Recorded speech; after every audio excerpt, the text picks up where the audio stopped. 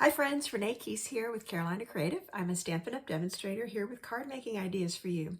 Today I'm going to do a Christmas card, and I'm going to use a couple of the new products in the mini catalog, the September to December catalog.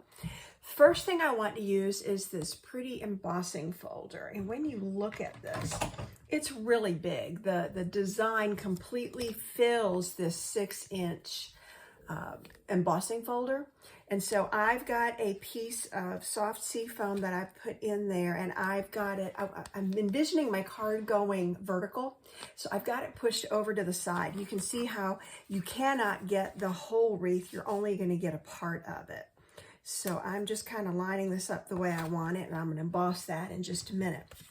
The other thing that I'm using from the catalog is the traditional labels, some stamps, and some of the dies. I'm going to die cut a couple of the cool label shapes. This looks like an oval, just a plain old oval. I'll show you what it looks like when it comes through the embossing and cutting machine.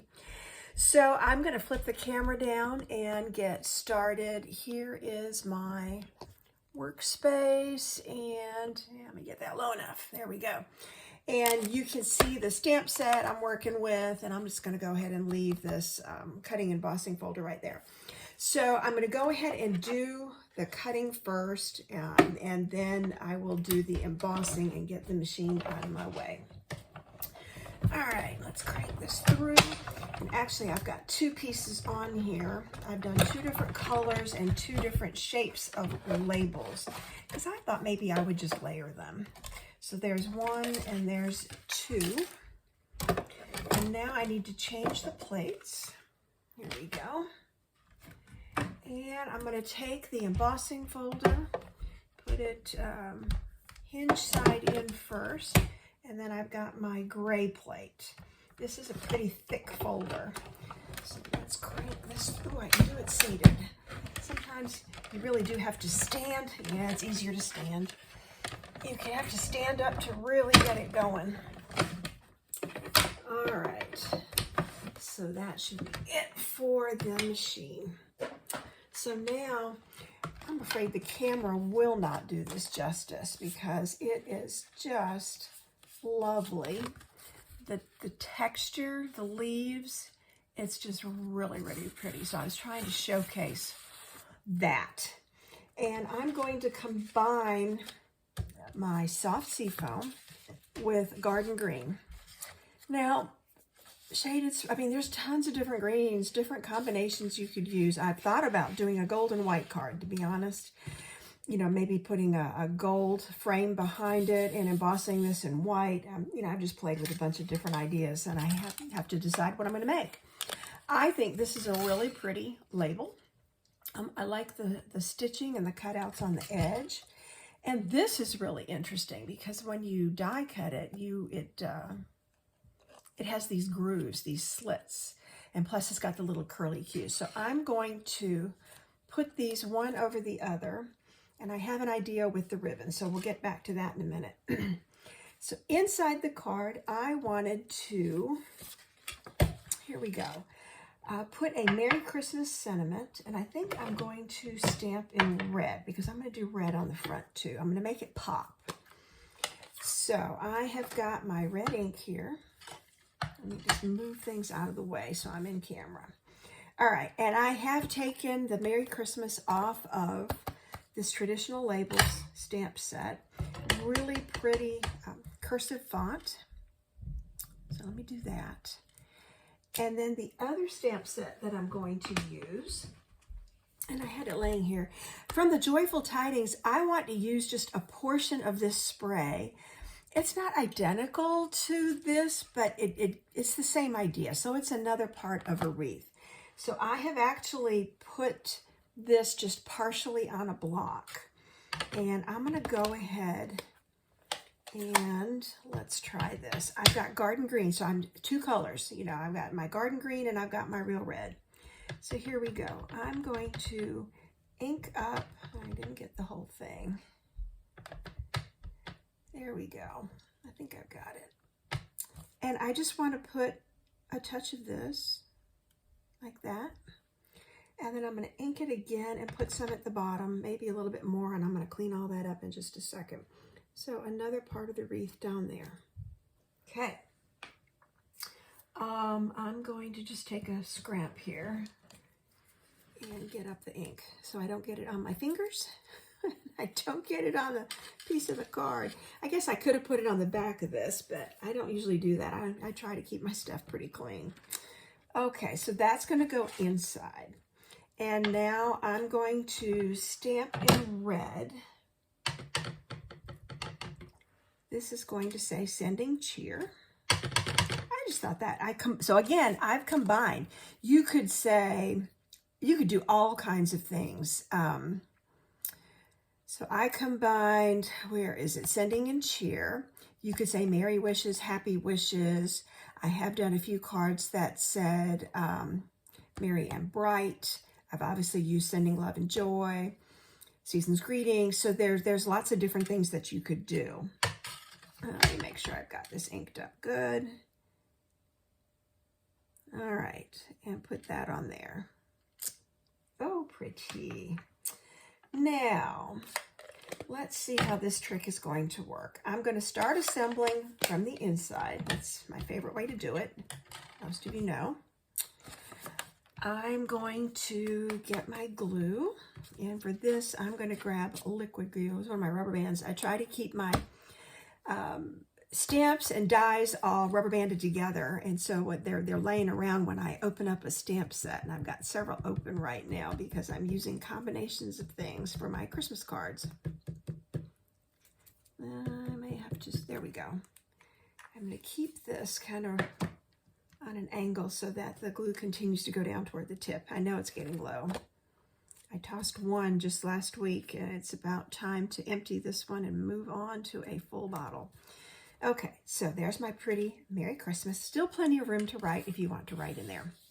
Now, I think I'll go ahead and adhere this next. I have kind of a jagged edge there. That's unusual for my cutter, which means, tells me it's time to check the blade and see if I need to replace the blade.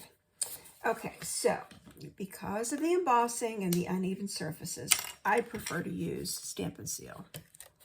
So I'm going to put some along the edges. And there we go. And then adhere this so that I've got my pretty garden green all around it. Oh, you know what? Because of what I was going to do, I shouldn't have done that yet. Let's think this through. Okay, I'm going to leave the top half not adhered because of what I wanted to do. I almost forgot. So I've got this piece. I looked over and saw the ribbon. I've got this piece of ribbon here. What I want to do is thread it behind, yep, like this, and then poke it back through like this. And then once I figure out where I'm going to put it, I will probably adhere it on there. Just like that. And I'm going to wrap this. I might put it a little higher. Okay. And I'm thinking I'm just going to put a knot over here. So let me see if I can tie that. Before I start assembling all this, I want to do that first, because otherwise I'm afraid it's just going to be too hard to manage once I've got things glued down. So if I need to pull the ribbon one way or the other, I can play with it a little bit. I'm just making sure I leave enough as I start to tighten this. I just wanted something a little bit different than a bow. So there's a knot, and I think I'll twist this ribbon the other way so that, there we go. Yeah, the pretty side shows. Okay, now, this is my intention. Yep, this is going to go in the middle and then wrap. So what I think I'll do is, all right, I'm going to grab Stamp and Seal and put this on first, but I still don't want to adhere the whole piece. So I'm going to do that. And then I think I want to put dimensionals behind here, so this could be a little tricky. So let me grab, well, definitely two for along the bottom, and maybe one more on the ribbon on the top, which means that when I push this down, I won't be able to move the ribbon anymore. It's going to be adhered. But what I probably need to do to keep the ribbon from moving is put a glue dot behind that. So let me grab a glue dot. I'm inventing as I go here. When I saw the slits, I knew I wanted to do something different behind it. So here's a glue dot strictly to hold the ribbon, so it can't slide anymore. So now I'm going to position my second label, my layer here. Yep, up. It's up. Yep, and I've got Stamp and Seal behind here, so there's plenty to attach this. Not so much on this side. And I should have looked at that before I started. So let me put a little more seal over there to hold it. Yes.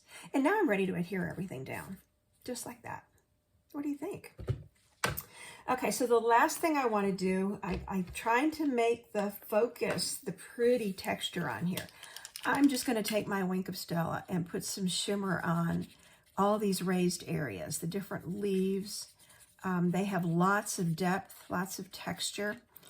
If you look at this, there's little berries. You could easily add red gems to this and really, put some pretty bling on here.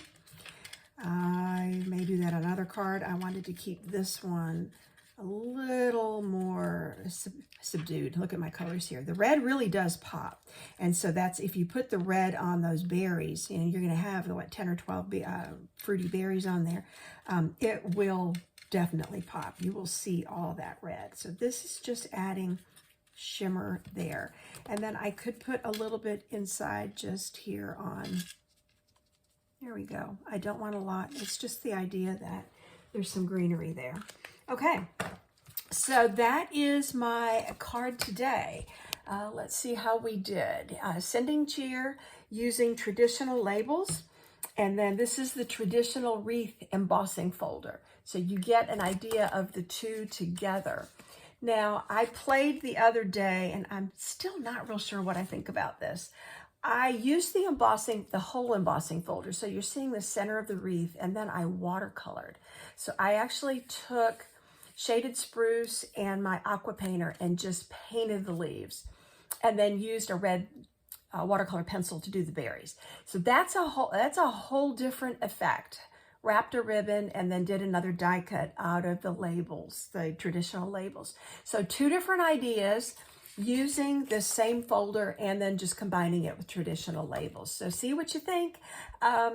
There's some fun things that you can do with these, and I haven't even played with the paper yet. There's some beautiful designer series paper that'll be coming next.